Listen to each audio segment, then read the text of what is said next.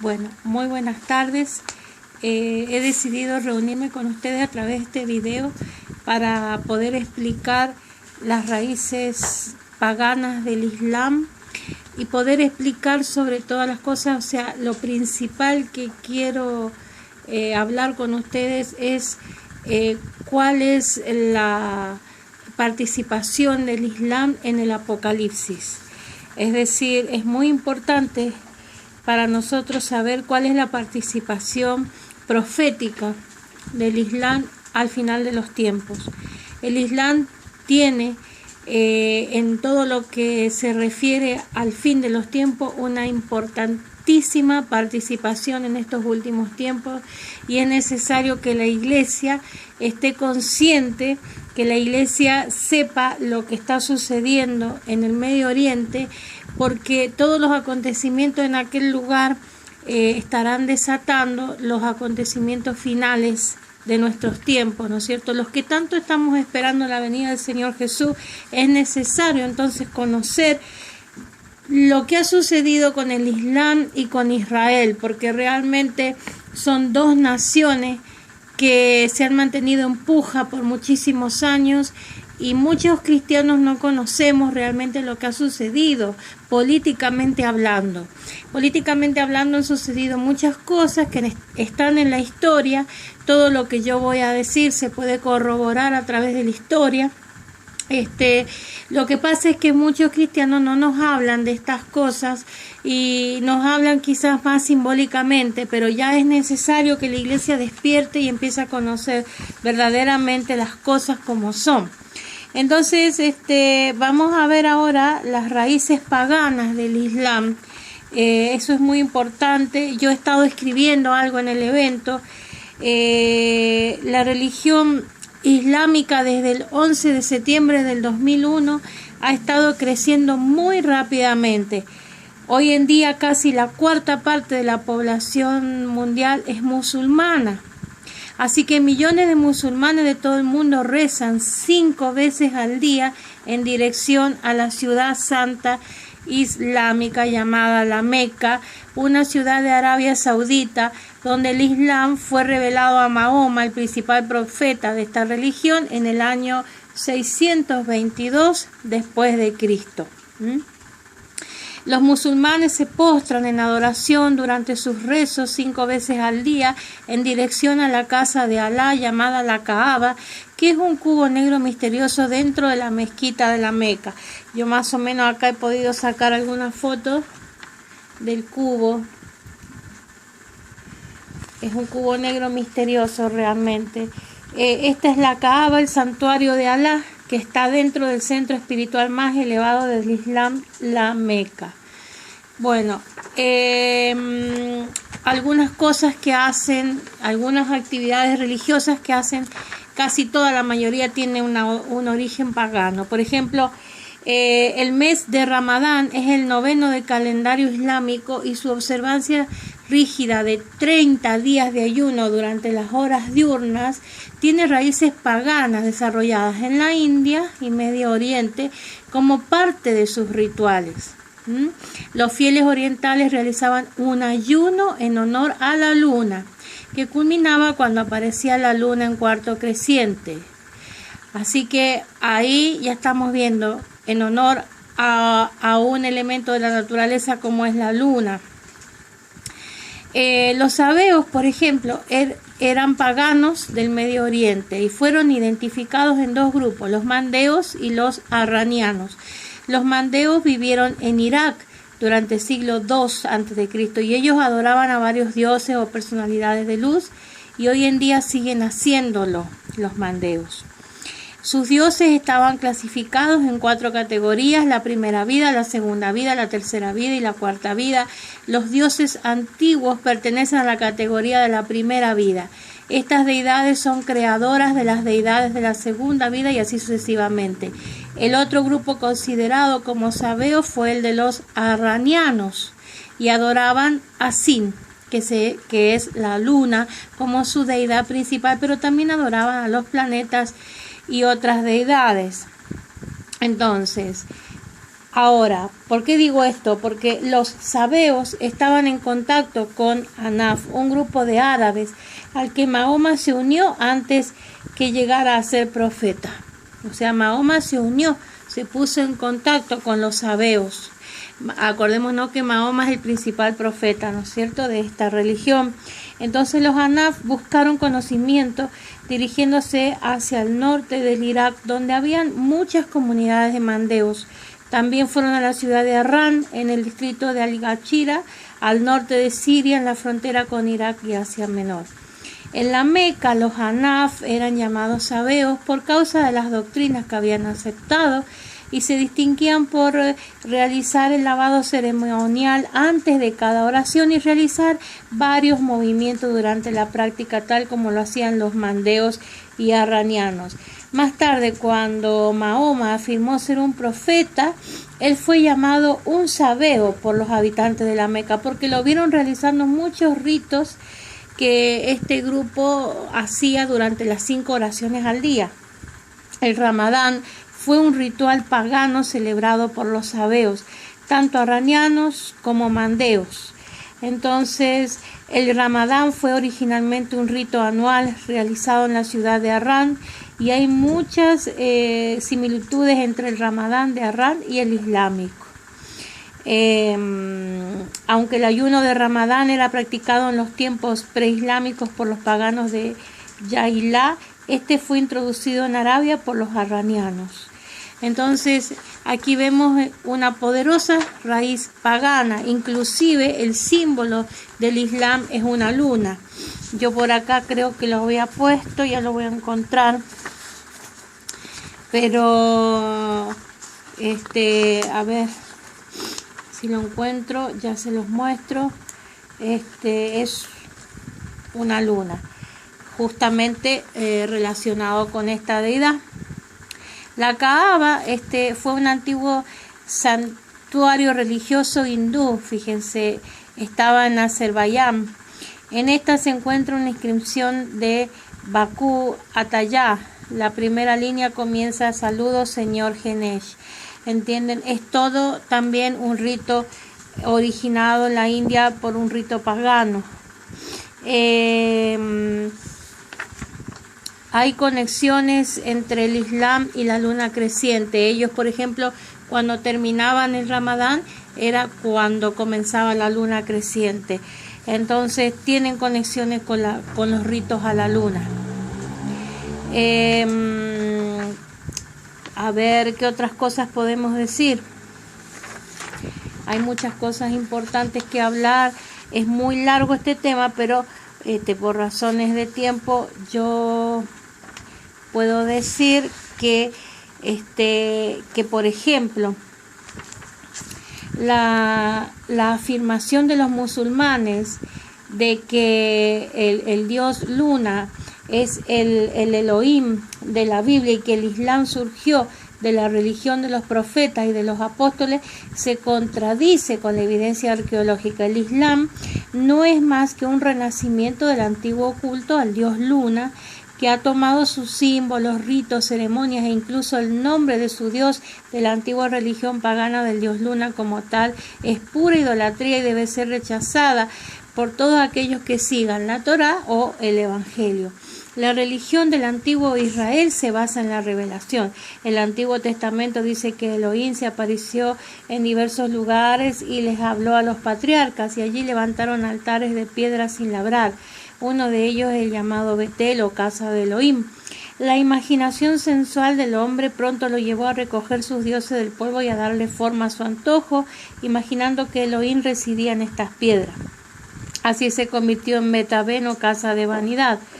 Estos Betel abundan en Asia, en Egipto, en África, en Grecia, en partes remotas de Europa, entre los druidas, galos y celtas, y en el norte y sur de América.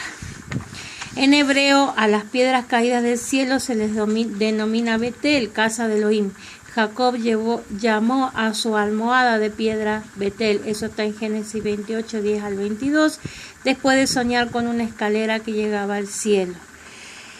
y así. Pero también vemos que hay un culto a los meteoritos que hace esta religión. Porque por ejemplo los paganos imitaban al Betel de Jacob y los consagraban con aceite y sangre, haciéndolos dioses, llamándolos betiles. En la antigüedad una piedra, ya sea en su forma natural o artificialmente moldeada, se veneraba como de origen divino o como símbolo de divinidad. Entonces el culto a los meteoritos es común en las civilizaciones grecorromanas. Según el historiador de las religiones Eliade, el templo de Artemisa o Diana en Efeso contenía una estatua de cuclillas de la diosa madre tallada en un meteorito que cayó de Júpiter. Eso está en Hechos 19, 26, 35. El Palladium de Troya y la piedra negra o cónica del Gadal en Emersa, Siria, se cree que es de origen meteórico. Asimismo, el Prigian, madre diosa Cibele, adorada en Pesino, más tarde Roma, era una piedra, sin duda un meteorito. O sea que hay un culto a los meteoritos. Entonces, el más famoso de todos los fetiches de piedra de Arabia fue, por supuesto, la piedra negra en el santuario de la Meca. La Kaaba fue y es todavía una estructura de piedra rectangular. Así que ya se las mostré la foto de esa. Acá tenemos los símbolos de la luna que yo les hablaba, que se los quería mostrar. Así es como ellos se representan. Ahí están los símbolos de la luna. Bueno, entonces también es muy importante notar que se puede comparar el culto a Nabucodonosor con el culto islámico. Estas son cosas importantes de destacar para que en algún momento lleguemos al punto, a la columna vertebral de la participación del Islam en el fin de los tiempos. Vamos a ver la abominación desoladora, pero tenemos que entender esta primera parte.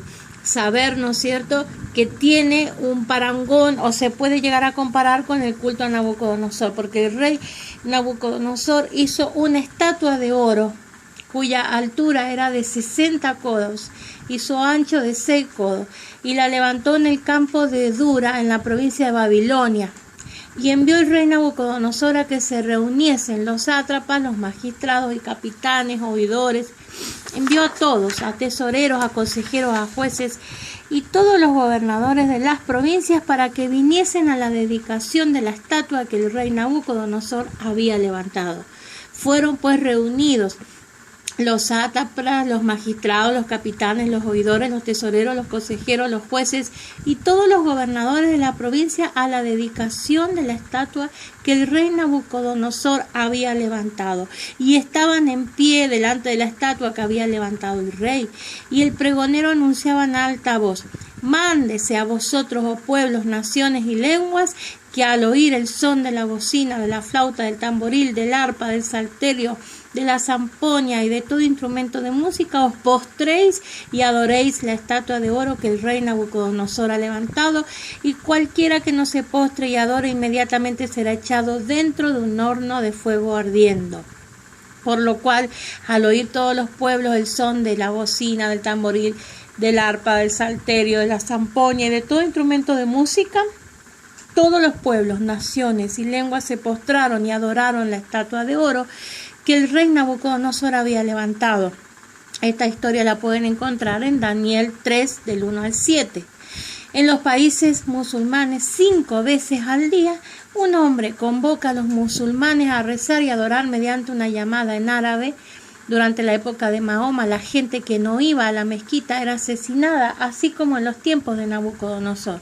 Mahoma dijo: me decidí pedir a un hombre que dirija la oración y luego tomar una llama de fuego para quemar a todos los que no hayan salido de sus casas al momento de la oración junto a sus casas.